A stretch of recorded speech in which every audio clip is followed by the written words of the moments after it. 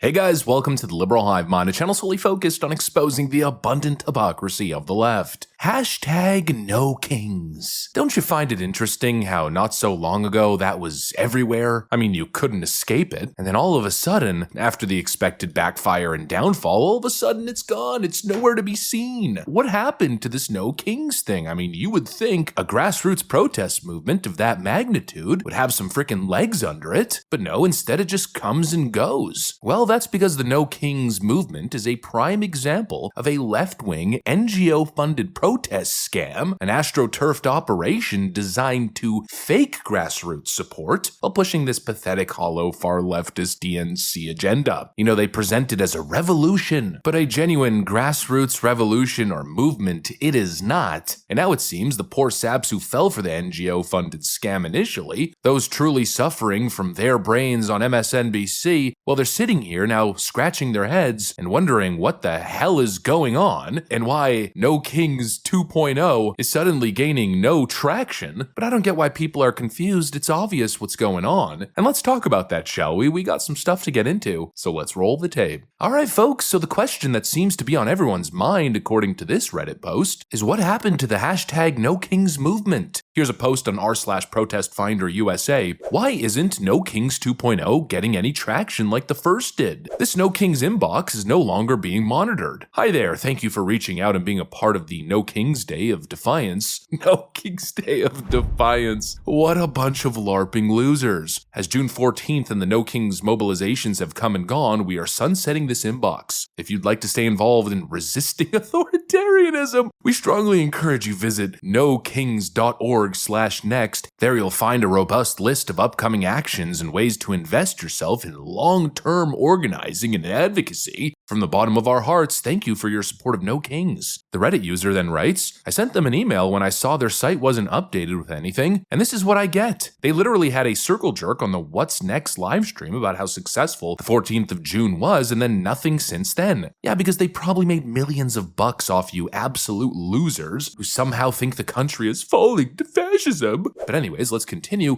What made No Kings so successful was timing and press. Now I think it was George Soros' NGO funds, but anyways, people talking about it, sharing it, encouraging others to go. Now I think it was more an ad campaign than anything else. July 4th is perfect timing for 2.0, but they've effing jumped ship. And so we've got this Reddit user who's confused. What the hell happened? Well, it's over. They're sunsetting the whole operation to move on to the next. Haven't you noticed? It's the professional protest grift machine, and so they're done with this little pathetic play and now moving on to the next. Every day it's a new crisis, a new threat to our democracy. Every frickin' day is a new performative act. And I guess now the socialist base, well, they're struggling to keep up. There's just no genuine momentum, no real grassroots enthusiasm. And actually, speaking of that, here's the next embarrassing display that once again tells the same story. Let's go ahead and shift to this Democrat Doctors Caucus that held an event, and holy moly was it just a horrible, embarrassing optics display for the Democrats. Just look at the enthusiasm or lack thereof. Are the Doctors Caucus, Democratic Doctors Caucus. We have cared for the sickest patients in our communities. As physicians, we didn't care if someone was a Democrat or a Republican. In fact, that is never an issue that you address. We just care for people. And let me be clear. The big, ugly betrayal bill will hurt people. You cannot cut $1 trillion in healthcare and not devastate our healthcare community. This is not fiscal responsibility. It's a smash and grab robbery of our healthcare system to give billionaires tax breaks. And while we're here, let's do some back of the napkin math and talk about what $1 trillion really could do. It could provide a full year of mental health care to hundreds of millions of people. It could cover the cost of giving birth for roughly 70 million women. It could help ensure that no family in this country goes bankrupt for paying for prescription drugs. And it could easily fund dental, vision, and hearing care for all of our seniors. That's what happens if Congress chose to invest $1 trillion in people.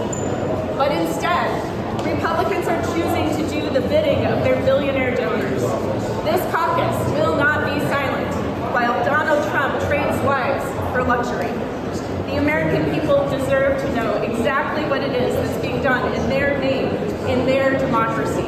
And we are here to make sure of that. Now I am passing it off to the amazing Dr. Kim Schreier of Washington.